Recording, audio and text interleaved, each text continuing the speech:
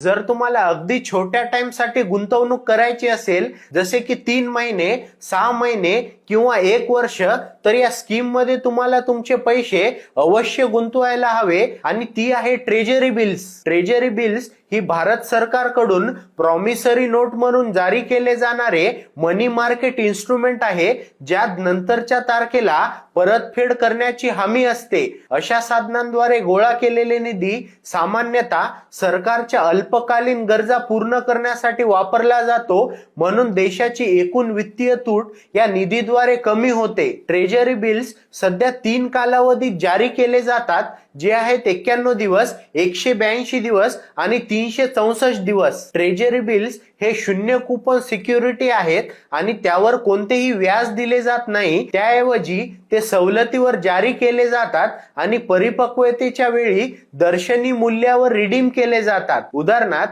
100 रुपये दर्शनीय मूल्याचे 91 दिवसांचे ट्रेजरी बिल 98 रुपयावर जारी केले जाऊ शकते, म्हणजेच 2 रुपयाच्या सूटवर, आणि ते 100 रुपयाच्या दर्शनीय मूल्यावर रिडीम केले जाईल, म्हणजेच इश्यूचे मूल्य वजा दर्शनीय मूल्य आपला नफा होतो, जे या केसमध्ये 2 रुपये आहे आणि ते पण 91 दिवसांसाठी.